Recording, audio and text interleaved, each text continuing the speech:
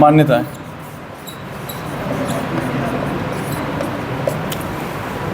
ये पढ़ रहे थे अपन, बौद्ध धर्म की मान्यताएं। देखो अपन ने कुछ चीजें तो देख ली थी। अपन ने सबसे पहले तो ये देख लिया था कि 4 आर्य सत्य कौन से हैं। कौन से थे? एक तो दुख है, उसका दुख का कुछ ना कुछ कारण तो होगा। आप दुखी हो कि बहुत दिन से क्लास नहीं लगी है, तो उसका कारण है क्लास नहीं लगना। अगर दुख को दुख दूर कर सकते हैं, है ना, वो दुख दूर किया जा सकता है कैसे? क्लास लगा के। तो उसका कारण क्या है? क्लास लगा के। मतलब 4 चीजें बताई है। दुख, दुख का कारण, दुख दूर कर सकते हैं, और दुख गामिनी प्रतिपदा। और दुख कैसे दूर कर सकते हैं? तो अष्टांगी मार्ग बताए थे। मैंने आपको अष्टांगी मार्ग पढ़ा दिए कि यार कैसे 8 चीजें हैं, उस 8 चीजों से आप दुख को दूर कर सकते हैं। प्रज्ञाशील समाधि करके 3 पॉइंट में 8 मार्ग थे। यहां तक कोई डाउट है क्या?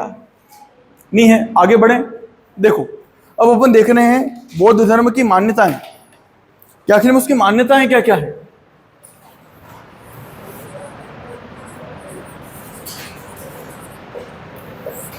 बौद्ध धर्म में मानते क्या क्या हैं वो लोग?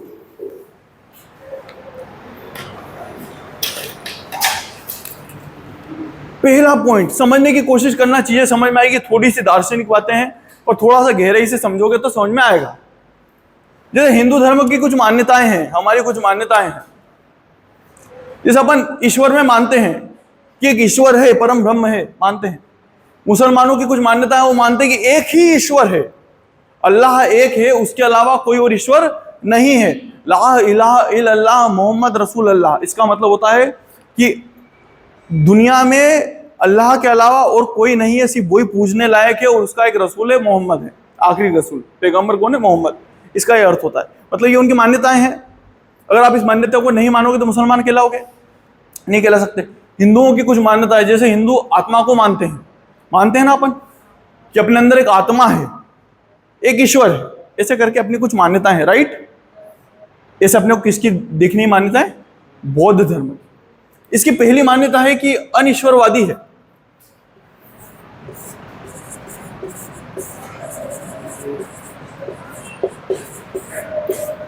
अनिश्वरवादी मतलब ईश्वर में नहीं मानते।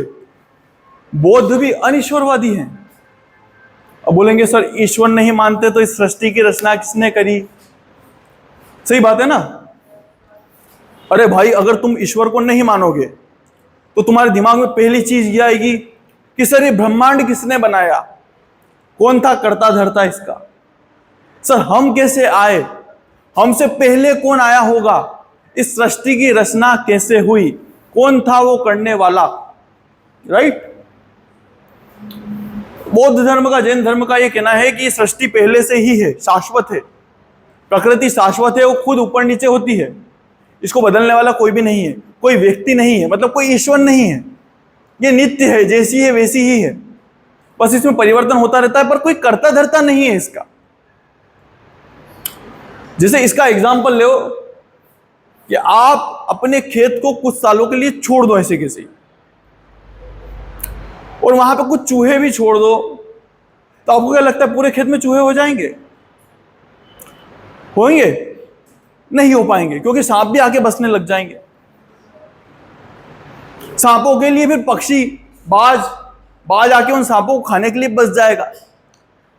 वहां पे एक इकोसिस्टम ऐसा बन जाएगा जो खुद को रेगुलेट करेगा। ना तो पूरी तरीके से वहां पे सांप हो पाएंगे, ना पूरी तरीके से कौन हो पाएंगे? चूहे हो पाएंगे।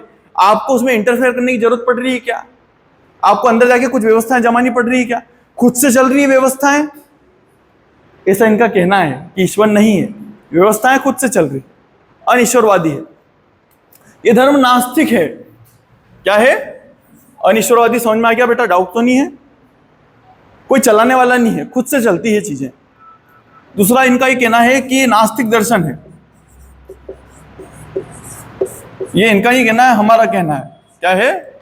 हमारा कहना है कि नास्तिक दर्शन है। कभी किसी कंपटीशन की एग्जाम में प्रश्न आ सकता है कि बौद्ध धर्म, जैन धर्म नास्तिक कैसे है? आप लोग भी तो पूछ सकते हो ना कि सर नास्तिक तो वो होते हैं जो धर्म में मानते ही नहीं है। कोई बोलता है ना मैं नास्तिक हूं, तो मंदिर में जाएगा क्या? किसी भगवान को पूजेगा क्या? तो बौद्ध तो भगवान बुद्ध को पूछते हैं, तो ये नास्तिक कैसे हैं? आप लोग मेरे से प्रश्न पूछ सकते हो ना कि सर ये नास्तिक कैसे हुए? आप एक तरफ बोल रहे हो कि बौद्ध धर्म वाले भगवान बुद्ध को मानते हैं, दूसरी तरफ बोल रहे हो कि सर ये नास्तिक दर्शन है, कैसे है? फिर समझने की कोशिश करना, बहुत अच्छे समझा रहा हूं। भारत में नास्तिक दर्शन उसे कहा जाता, पहले दुनिया के बताता हूं। दुनिया में नास्तिक दर्शन उसको मानते हैं जो ईश्वर में विश्वास नहीं रखता। ईश्वर मतलब किसी भगवान को नहीं पूछता है, वो भगवान में मानता ही नहीं है। दुनिया इसको नास्तिक बोलती है। और भारतीय दर्शन में नास्तिक वो है जो वेदों को नहीं मानते। दोनों चीजों में अंतर है। दुनिया बोलती है कि जो भगवान को नहीं मानता वो नास्तिक है, हम बोलते हैं जो वेदों को नहीं मानता है वो नास्तिक है। जैसे बौद्ध धर्म वाले भगवान को भगवान बुद्ध की तरह पूज रहे हैं उसको, पर उनसे पूछो कि क्या आप वेदों को मानते हो, तो वो क्या बोलेंगे? नहीं मानते। इसलिए हम क्या बोलेंगे? तुम क्या हो? नास्तिक हो। इसलिए हम जैन धर्म वाले महावीर स्वामी को मानेंगे। मंदिर बना रखे, कितने अच्छे अच्छे मंदिर हैं, पूछते हैं। 24 तीर्थंकरों को पूछते हैं, उनकी मूर्तियां भी पूछते हैं, बकायदा पूजन सरी के पूछते हैं। विश्व के लिए वो नास्तिक हैं क्या? दुनिया के लिए भगवान को पूज रहे हैं, वो नास्तिक है क्या? दुनिया के लिए नहीं है। पर हमारे लिए नास्तिक हैं क्या? हैं, क्योंकि उनसे पूछो कि वेदों को मानते हो क्या, तो वो लोग क्या बोलेंगे? वेदों को नहीं मानते हैं। समझ में आया बेटा? विश्व में नास्तिक किसको बोलते हैं, हम नास्तिक किसको बोलते हैं दर्शन में? आप में से भी अगर कोई बोले समझदार आके इतरा के कि मैं तो नास्तिक हूं, भगवान में नहीं मानता हूं, तो उससे पूछना कौन सा वाला नास्तिक है? विश्व वाला नास्तिक कि भारतीय दर्शन वाला नास्तिक? दोनों में क्योंकि अंतर है। आई बात समझ में? नास्तिक दर्शन, इसके आगे लिख लेना, नास्तिक दर्शन इसलिए कि वेदों को नहीं मानते।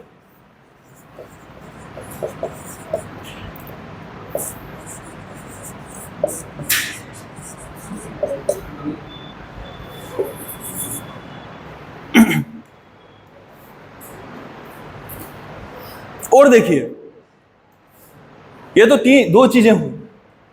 अब बौद्ध धर्म जब बना लगभग आज से 2500 साल पहले, तो उन्होंने भगवान जो बुद्ध हैं, उन्होंने कभी खुद को भगवान नहीं बोला, कभी नहीं बोला कि मैं भगवान हूं, ऐसा कुछ भी नहीं बोला। बोले मैं दार्शनिक हूं, मैं दर्शन दे रहा हूं, उसको मानो तो आप लोग इस परेशानी से मुक्ति पाओगे, ऐसा करके। भगवान बुद्ध ने कभी भी खुद को भगवान बोला क्या? नहीं बोला। अपन ने बाद में भगवान, उसमें बुद्ध में भगवान जोड़ा है, राइट? इनका जो दर्शन है वो मूर्ति पूजा का विरोधी है।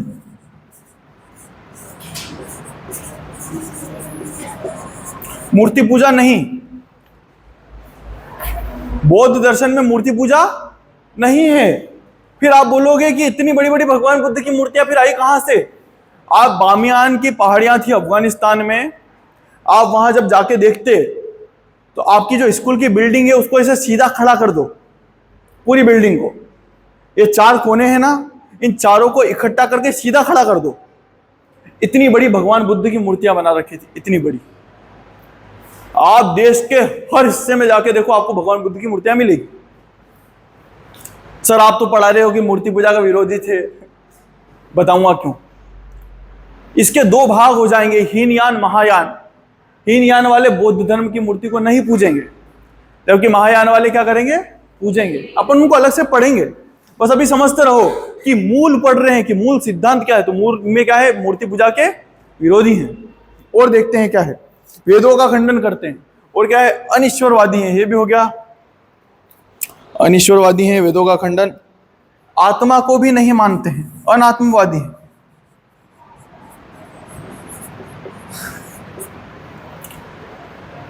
आत्मा को नहीं मानते हैं।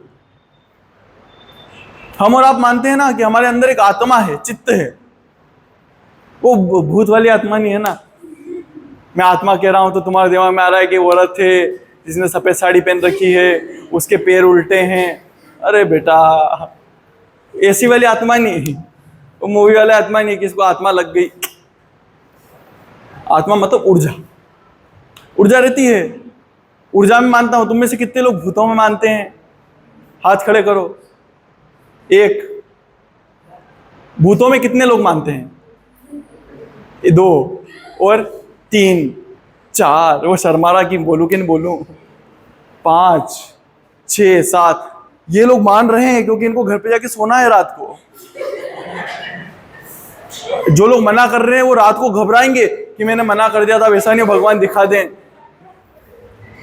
होता है ऐसा, रात को सब अक्कल ठिकाने आ जाएगी। अभी इतना रहे हो, इतने लोगों के बीच में हो, रात को बोलोगे नहीं मानता हूं, मानता, दिखाने की जरूरत नहीं। असल में मेरे को धरती पे ऐसा कोई नहीं मिला जिसने आत्मा देखी, कोई नहीं। मतलब खुद सोचो यार, उसके पास में इतना समय है क्या यार कि तुमसे बीड़ी सिगरेट मांगे। ज्यादातर लोग यही गांव वाले ये कहानी सुनाते हैं ना कि यार बीड़ी मांगी थी, दादाजी बोलते कि यार मेरे से बीड़ी मांग ली थी, मैंने बीड़ी पिलाई। आत्मा बीड़ी पी पाएगी क्या? बोतल यार, ये अपने शौक पूरे करते हो उसके बहाने। दिखती नहीं है पर होती है। देखो ये अपने पास में है। क्या आपने प्रत्यक्ष दर्शन करे हैं? अगर करे हो तो यहाँ अगली बार क्लास में उसको भी लेके आना, इतिहास उसको पढ़ना है उसका एडमिशन करवा देंगे। फिर उसके पैर उल्टे हैं, पैरों के साथ में समस्या क्यों दी है आपने? अगर कोई गंजा आदमी मरा होगा तो आप उसकी बड़ी बड़ी फिर जुल्फे कैसे बना पाओगे? बताओ ना मेरे को। आप हमेशा उसको ऐसे ही क्यों दिखाना चाहते हो? अच्छा उसने साड़ी पहनी होगी तो पहनी कैसे होगी? खरीदने के लिए गई होगी या कहीं से उठाई होगी? उठाई होगी तो ऐसे उठते हुए जाते हुए, हाँ? हमने अपने मन से कुछ चीजें क्रिएट कर रखी है। आत्मा असलियत में एनर्जी है जो सब चीजों में रहती है। अपन ने साइंस में पढ़ा है कि एनर्जी ना कभी खत्म होती है ना ही उसको आप पूरी तरीके से बदल सकते हो, राइट? उसको बदलती है पर खत्म नहीं होती है। एनवायरनमेंट में चली जाएगी पर खत्म नहीं होगी। ऐसे में अगर कोई आदमी पीड़ा से मरता है, पीड़ा से, बहुत तकलीफों से मर रहा है, उसकी बहुत सारी इच्छाएं हैं, यार मेरे को ये करना था जीवन में पर मैं ये नहीं कर पाया तो मैं मर रहा हूं। जब मैं ऐसे मरूंगा तो सीधी सी बात है मेरी एनर्जी उस टाइम कितनी ज्यादा नेगेटिव रहेगी। बोलते हैं ना कि बहुत सारे लोगों के साथ में बहुत मजा आता है बैठने में, आता है। और कुछ लोग इतने दुखी रहते हैं ना, इच्छा ही नहीं होती, ऐसी इच्छा होती है आया अरे यार काम मेरे को जा रहा हूँ यार, करते हो ऐसे, क्योंकि इनकी एनर्जी क्या होती है, बहुत ज्यादा नेगेटिव होती है। तो जब कोई ऐसे नेगेटिव एनर्जी में मरता है तो उसकी एनर्जी उसी जगह रह जाती है, ऊर्जा। फिर आप उस जगह जाते हो तो उस ऊर्जा का प्रभाव पड़ता है, वहीं घेरा जाती हो। आप देखो ना यार, अस्पतालों में जाते हो, मजा आता है क्या जाने में? या तो अजीब नहीं लगता थोड़ा थोड़ा? आप कहीं ऐसी जगह जाओगे जहाँ लोग मरते करते हैं तो अपने को ऐसा अजीब सा फील होता है। बहुत सी जगह घुटन सी होती है। घुटन इसलिए होती है कि नेगेटिव एनर्जी होती है। भगवान के मंदिर में जाओ कितना मजा आता है, बैठे रहो, शांति मिलती है, होता है ना? वो भी ऐसे मंदिर में जहाँ भीड़ भाड़ नहीं हो, क्योंकि भीड़ भाड़ में भी नेगेटिव एनर्जी आती है आदमी में। और मस्त बैठे हुए शिव जी के मंदिर में जलवल चढ़ा दिया, कोई है ही नहीं अपने अलावा, कितनी शांति। वहां क्या है? पॉजिटिव एनर्जी है, वो एनर्जी ही आत्मा है। पर ये लोग बोल रहे कि वो भी नहीं होती अनात्मावादी, समझ में आया है ना? मैं आत्मा करो तो यूं मत घबरा मत जाना, है ना?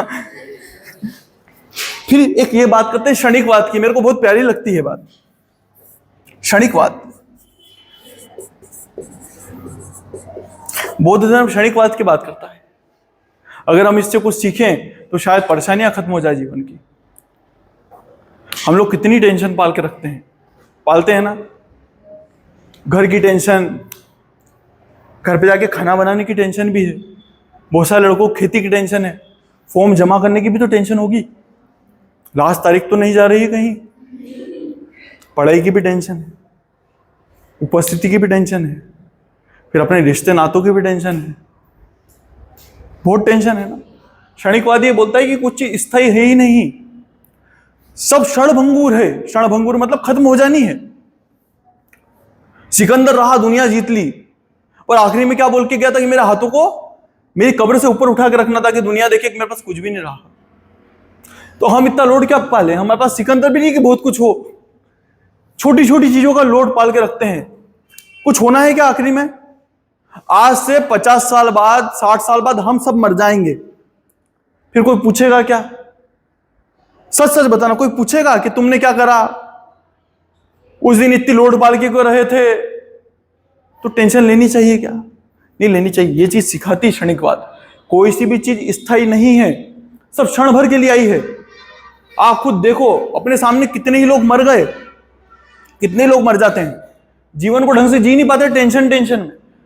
पर जिनको ये चीज याद है कि दुनिया क्या है, क्षण भंगुर है, पहले कुछ था वो बचा क्या? घर के लिए रोते हो ना कि मेरा घर इतना बड़ा, मेरे इतनी जमीन पे कब्जा रखूं, वो आने वाले 1000 साल में तुम्हारी रहेगी क्या? 1000 साल पहले तुम्हारी थी क्या? अरे 200 साल पहले भी थी क्या? नहीं थी तो फिर लौट क्यों पालना? इतनी चिंता क्यों करना? ये क्षणिकवाद बोलता है कि हर चीज क्षण भंगुर है, कोई स्थायी नहीं है, और जो चीज स्थायी नहीं है उसका लोड क्यों पालें? इसलिए जीवन में मजे करो पर लोड नहीं पालना। मजे करते करते पढ़ाई करो, लोड हो तो इसीलिए मैंने डाला था, छोड़ना है क्या कॉलेज? बता दो। आगे बढ़े। फिर एक और है कर्मवाद। यहां तक कोई डाउट तो नहीं है? डाउट हो तो अभी पूछो। अगला है कर्मवाद।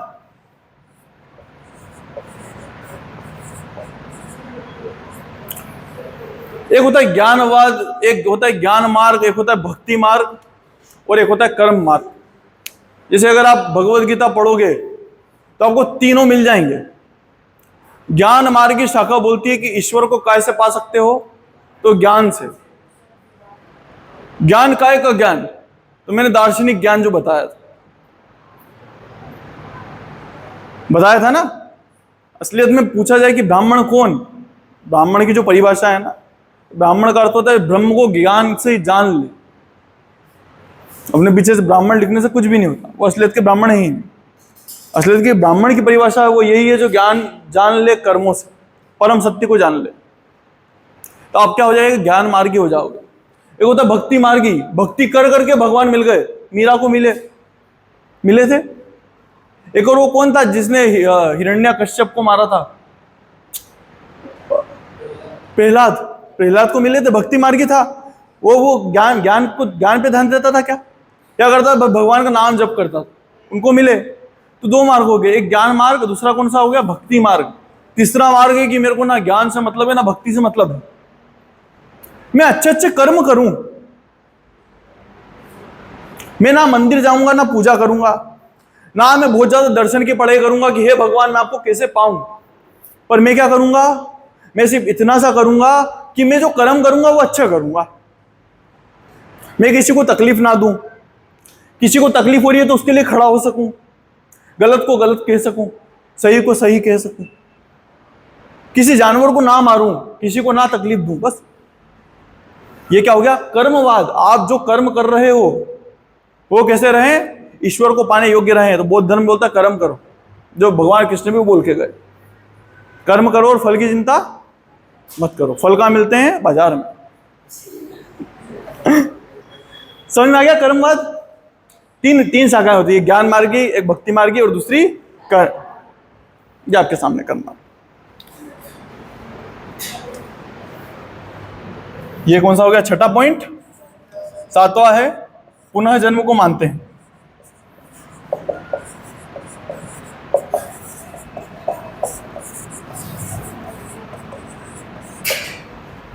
पुनः जन्म को मानते हैं।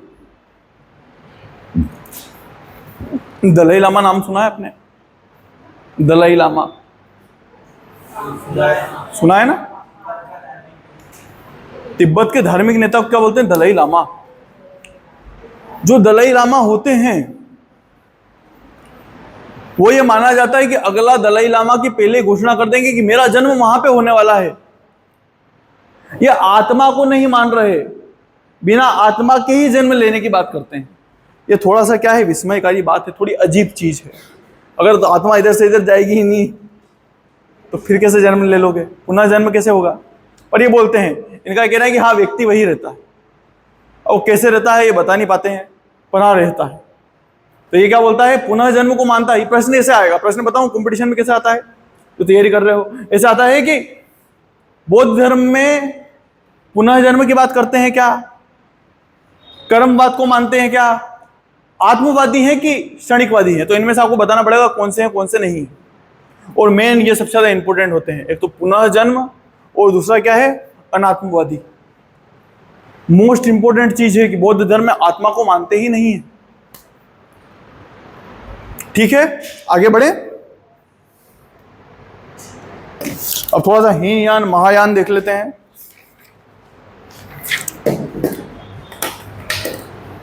यहां पे देख लेते हैं, एक तरफ लिख लेंगे हीनयान, दूसरी तरफ लिख लेंगे महायान। महायान।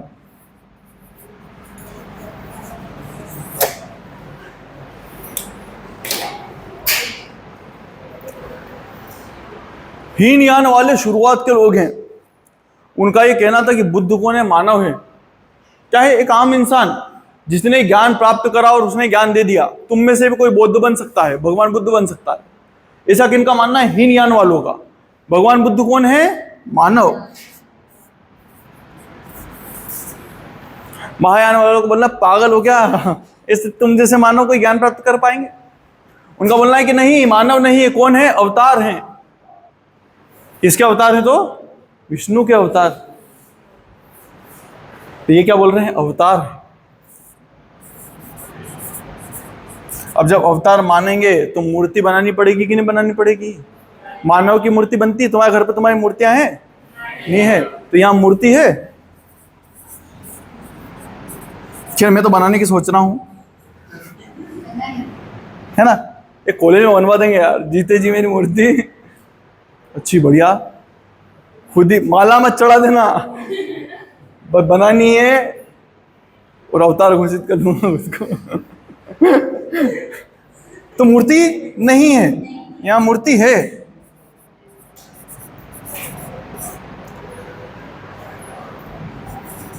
तीसरी चीज, बड़ी बड़ी बातें करी थी शुरुआत में कि मांस नहीं खाना, मतलब किसी को तकलीफ क्यों देना।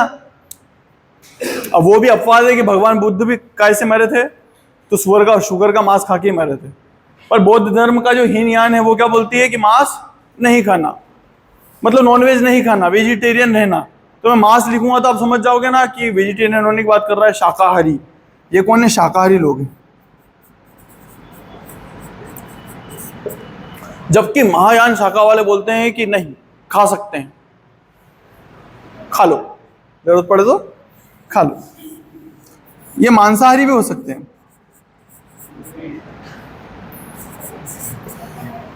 अच्छा, इनका भी तरीका है। बौद्ध धर्म में आप किसी को तकलीफ नहीं दे सकते हो। बौद्ध धर्म इसलिए तो फेमस है शांति के लिए। बुद्धम शरणम गच्छामि, धम्मम शरणम गच्छामि,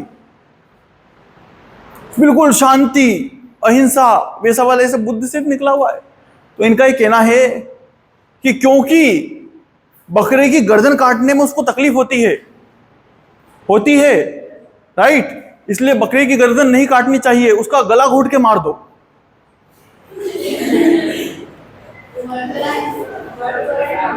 ऐसा तिब्बत में होता है। तिब्बत में क्या होता है कि क्योंकि ऐसे करोगे तो उसको तकलीफ होगी गर्दन काटने में, इसलिए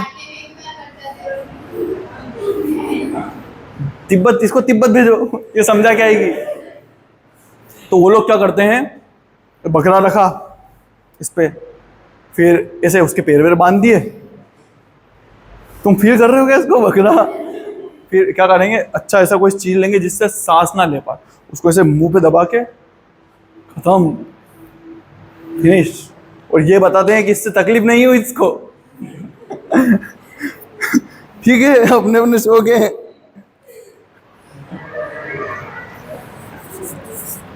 जो हीनयान वाले हैं, क्यों पुराने लोग हैं, पुराने लोग क्या होते हैं, कोई चीज परिवर्तन मानते हैं क्या? परिवर्तन मान लेते पुराने लोग? रूढ़िवादी होते हैं, जैसा है वैसा ही रहना चाहिए, ऐसे क्यों, घर के बाहर क्यों जा रहा है, गाड़ी क्यों दिलाना तेरे को, छोरा आवारागर्दी करेगा गाड़ी ले ली तो, छोरी तुमको मोबाइल क्या चाहिए, क्या करेगी मोबाइल का, पढ़ने के लिए क्यों जाना, तेरी मम्मी पढ़ी लिखी ही नहीं है तो वो भी क्या बुरी है क्या, करते हैं पुराने लोग। आज के लोग क्या है, परिवर्तनवादी है। तो ये क्या है, ये रूढ़िवादी लोग हैं, परिवर्तन नहीं मानते, जो जैसा हो वैसा ही मानो। तो ये क्या मानते हैं, मूल उपदेशों को मानते हैं, मूल उपदेश को मानते हैं। मूल उपदेश कौन से हो गए, यही मूल उपदेश हैं जो अपने ऊपर पड़े, और ये वाले मूल उपदेश। ये क्या बोलते हैं कि क्योंकि भगवान बुद्ध खुद बोल के गए कि सब चीज क्षणिकवादी है, कोई सी भी चीज स्थायी है ही नहीं, तो परिवर्तन के साथ मानो ना भाई। अरे यार, समय हमेशा एक जैसा रहता है क्या? अभी यार अगर युद्ध छिड़ जाए, युद्ध छिड़ गया, ज्यादातर जो लड़के रहेंगे वो कहां जाएंगे, युद्ध लड़ने के लिए जाएंगे। बहुत बड़ी संख्या मारी जाएगी, देश में महिलाएं ज्यादा रह जाएगी, पुरुष कम रह जाएंगे। तो अपने को सबको 2-2 3-3 शादियां करनी पड़ेगी। अभी तक क्या होता है, एक पे एक शादी अच्छी मानी जाती है, पर उस समय क्या होगा, 2-2 3 शादियां अच्छी मानेंगे कि किसी का घर बसा रहे। सऊदी अरब में ऐसा होता था, युद्ध युद्ध लड़े, एक से ज्यादा शादियां करी, पर उसकी नकल आज भी करते हैं ना। मुस्लिम समुदाय में होता है ना कि नियम बना दिया कि एक एक 4-4 रखेंगे। पहले जरूरत थी, अब शौक हो गए। परिवर्तन होना चाहिए था ना टाइम के साथ। ये बोल रहे कि नहीं हम तो 4 ही करेंगे, और ये बोल रहे कि नहीं कम कर लो। टाइम के साथ परिवर्तन होता है। तो ये कौन है, परिवर्तनवादी।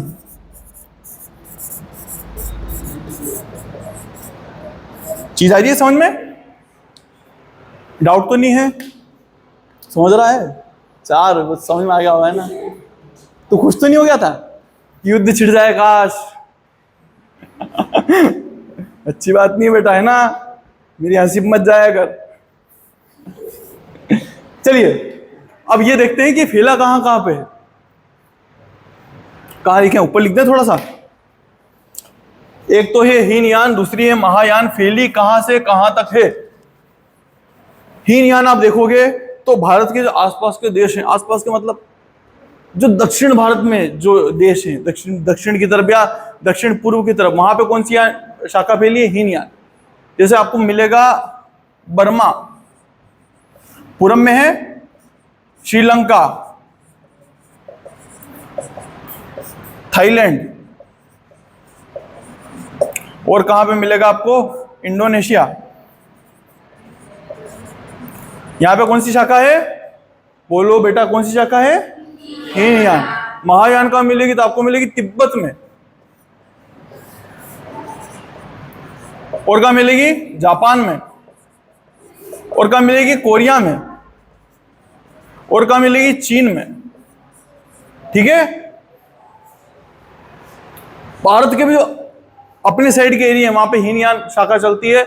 जो उत्तर भारत के इलाके हैं वहां पे कौन सी शाखा चलती है, महायान शाखा चलती है। बेटा समझ में आ रहा है। इधर वहां पे कुछ भी नहीं है, वहां मैं नहीं हूं, मैं इधर हूं, बोर्ड इधर है।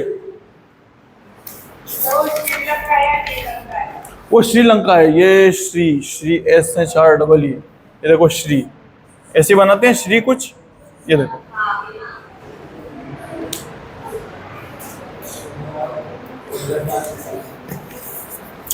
आगे बढ़े।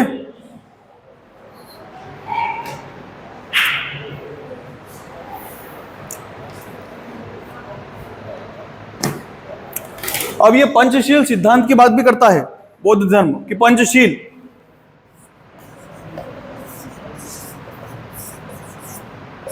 तो वो भी देख लेते हैं पंचशील सिद्धांत कौन से हैं। पहला सिद्धांत, पंचशील मतलब जो मानने चाहिए हमको भी और आपको भी। बहुत सिंपल सिद्धांत है। पहला सिद्धांत बोलता है सत्य। हमेशा क्या बोलो, देखो आधे लोग बोल भी नहीं रहे, अरे तो सत्य भी नहीं बोल पा रहे हैं सत्य, तो तुम क्या सत्य बोलोगे। ये अलग अलग बोल रहे हैं ना, तो एक साथ में कभी सत्य नहीं बोलोगे ना। बोलो बेटा क्या, सत्य। पहला क्या हो गया, सत्य। मन में सोच रहे हो मुंह से बोलने में क्या जाता है, पढ़ना ही तो है। सत्य बोलो, उनका ही कहना है, झूठ मत बोलो। मम्मी ने बोल दिया कि प्लेट किसने तोड़ी, भाई पे आरोप लगा दिया झूठा, इसने करा था, मार पड़ रही है बेचारे को, अपन मन में खुश हो रहे हैं। करते हो?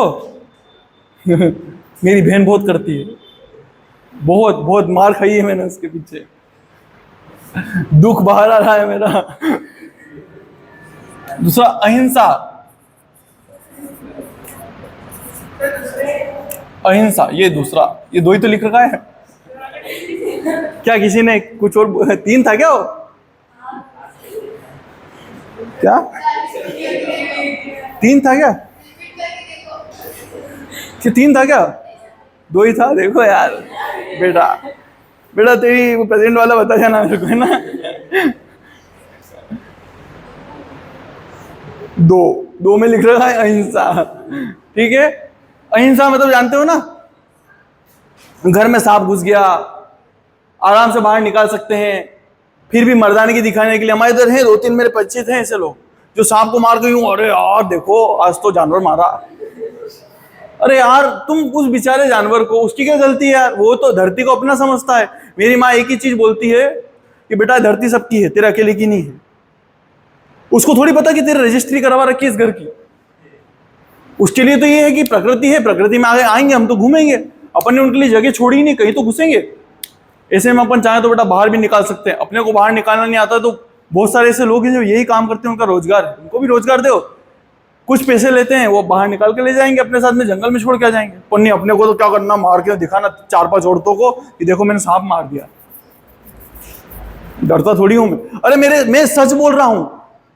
कुछ लोग हैं ऐसे जो खुद को बहुत अच्छा बताते हैं, पर वो सिर्फ लोगों को दिखाने के लिए इन्हें शक्ति प्रदर्शन किस पे करा है, सांप पे करा है और उसको मार दिया। ऐसे करना चाहिए क्या? हिंसा है कि नहीं बेटा? उसकी कुछ गलती थी क्या? बहुत सारे लोग ऐसे कुत्ता दिखाने मार दिया, बिना काम से पत्थर मार दिया, उसकी कुछ गलती है क्या?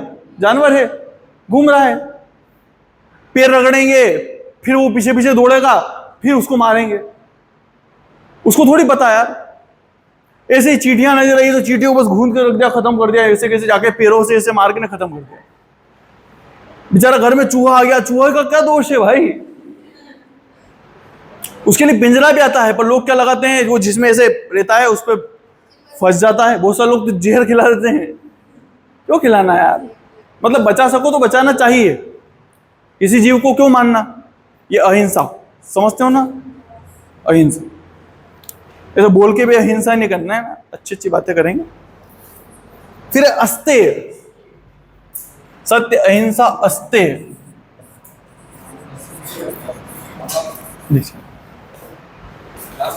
जी क्लास के बाद 5 मिनट बस, है ना। अस्तेय का अर्थ होता है, हाँ तो फिर तो थोड़ी देर बाद मिल लो ना, मैं आप ही हूं। अस्तेय का अर्थ होता है कि चोरी नहीं करना, किसी की भी चोरी नहीं करना। मतलब यार सबसे ओछी चीज होती है चोरी करना। कोई अपने पास में भरोसे में कुछ छोड़ के चला गया, अपने को अच्छा लगा, अपन ले लिया। अच्छा, दोस्तों में ये जो पेन लेते हैं उसको चोरी नहीं बोलते हैं ना, क्योंकि सामने वालों को पता है कि तुम करते हो।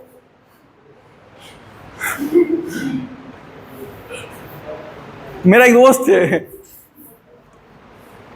वो मेरे दोस्त के घर पे गया, एक दोस्त दूसरे दोस्त के घर पे गया, वहां से बिना पूछे ईयरफोन उठा के लेके चला गया। अब ये चीज उसकी मम्मी ने उसको करते हुए देख लिया, जिसका घर है उसकी मम्मी ने। उसका दोस्त जानता है कि ये ऐसा ही है, 2 दिन बाद ले जाएगा और बताएगा कि मेरे पास में, 2 दिन बाद लौटा देगा। अब उसकी मम्मी ने देख लिया, उसकी मम्मी ने कुछ भी नहीं बोला। उसके दोस्त से आके पूछा कि यार ये देख क्या कर रहा है यार, तो उसने बोला वो ऐसा ही है, वो कई बार ले जाता है। फिर यार ये बात जब उसको पता चली, जो भी मेरा दोस्त है जो लेके गया था, वो बहुत दुखी हुआ। बोले कि तेरी मम्मी मेरे को घरगुल्ला समझ रही होगी। घरगुल्ला मतलब समझते हो, घर से उठाने वाला सामान। जो भी होता हो ना, मैंने तो नया शब्द सीखा था, मेरे को अच्छा लगा था। ऐसे नहीं करना, दोस्त के सामने करो, पर चोरी नहीं करना कुल मिला के, है ना। किसी की भी चोरी नहीं करना बेटा। इसके पास में क्या पता क्या इंपॉर्टेंट चीज हो, किसकी कितनी उसके प्रति वो हो, प्रेम हो, चोरी नहीं करना। और क्या है? अपरिग्रह, सत्य अहिंसा अस्तेय अपरिग्रह। इनका ये ना बहुत ज्यादा इकट्ठा भी नहीं करना। जैसे होता क्या है ना कि बहुत सारे लोग स्वार्थ में बस इकट्ठा करे जाते हैं, पैसा पैसा पैसा, बेंडे हो जाते हैं, पैसा ही पैसा रखे जा रहे हैं, उपयोग नहीं कर रहे हैं। अपन अपनी नॉर्मल भाषा में क्या बोलते हैं? मंगता है। पैसा तो है पर क्या करता है? उपयोग नहीं करता, तो क्या है? मंगता है ना। अच्छा लगा, बहुत मांगता, कंजूस मांगता। वैसा नहीं बनना, क्योंकि लक्ष्मी का एक सिद्धांत है कि लक्ष्मी कभी एक जगह नहीं ठहरती। लक्ष्मी क्या होती है? चंचल। क्या होती है? चंचल होती है, एक जगह नहीं ठहरती, उसका उपयोग करना पड़ता है। जैसे पैसा आया, जमीन खरीद ली, जमीन को सूखा नहीं छोड़ना, जमीन पे खेती करके उससे कुछ और कमा लिया, बेच दिया, ले लिया। नोट पे भी लिखा रहता है ना कि मैं वचन देता हूं कि ग्राहक को इतने रुपए अदा करूंगा, वो इसीलिए कि तुम घर में नहीं रखो उसको। समझ रहे हो? ऐसा ये बोल रहे हैं, परिग्रह, संग्रहण मत करो। क्या मतलब? तुमने बहुत पैसा कमाया, छोर छोरी आवारा निकल गए, फिर क्या करेंगे? उस पैसा का गांजा फूकेंगे, नशे करेंगे। ऐसे क्यों करना? अपनी इच्छाएं पूरी करो, बाकी छोटे छोटे को पढ़ा लिखा देना, बाकी उनके देखा करेंगे। हमारे घर में तो ऐसे ही होता है बेटा, पढ़ाई के अलावा कुछ भी सुविधाएं नहीं देते।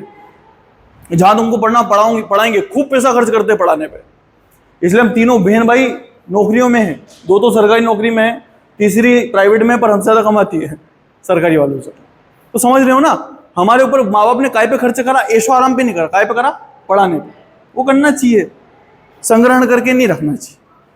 और आखिरी है जो अपन बिल्कुल भी नहीं करने वाले हैं, क्या है? करने वाले हैं ब्रह्मचर्य।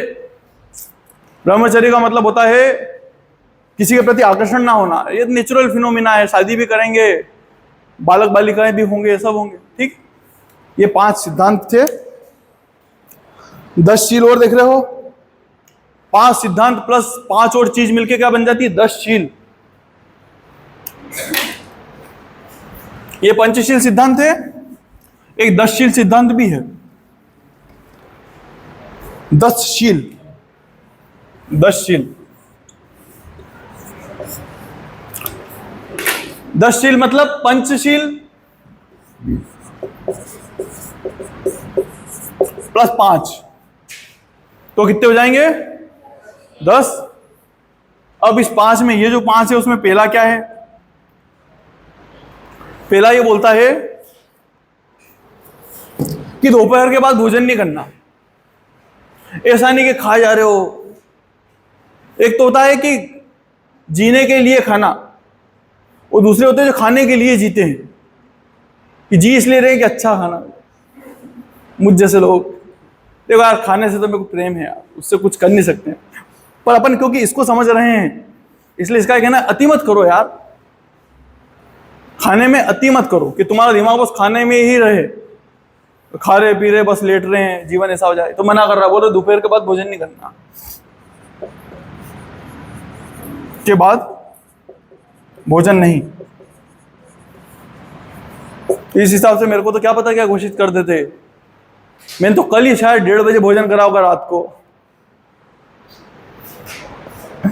फिर इनका कहना है कि आरामदायक जगह पर शयन नहीं, बिस्तर पर शयन नहीं, शयन नहीं। अब ये सब ज्यादातर चीजें किसके लिए है? तो बौद्ध संघ वालों के लिए है, मतलब बौद्ध जो जितने पुजारी थे उनके लिए है। तुम कुछ सोचो, इधर तुम लोग काय के लिए आए हो? तो भिक्षु बनने के लिए आए हो। इधर तुमको बड़ा गद्दे वद्दे बिछा के दे दिए, अच्छा उड़ा दिया, और अच्छे ठंड के दिन हैं, उठोगे क्या बिस्तर से? मस्त वो 4 बजे पूजन करनी थी ना, अपन 10-10 बजे उठ रहे हैं। तो इनका संग चल पाएगा क्या? बौद्ध संघ चल पाएगा क्या? नहीं चल पाएगा। तो मना कर रहे कि ज्यादा खाना नहीं खाओगे तो नींद आएगी, ज्यादा अच्छे बिस्तर पे सोना भी नहीं है, और क्या क्या नहीं करना है? नॉर्मल चीजें, दारू नहीं पीना, मद्यपान नहीं करना। मद्यपान की हाँ कर दो तो इधर बौद्ध भिक्षु जा रहे हैं, एक आराम से टल्ली होते थे, यार क्या चल रहा है? ऐसा चलेगा क्या? बौद्ध भिक्षु सब नशे में है। कोई सी चीज अच्छे से स्ट्रक्चर बनाना हो तो नशे वाली चीज चल सकती है क्या? नहीं चलेगी। व्यभिचार नहीं,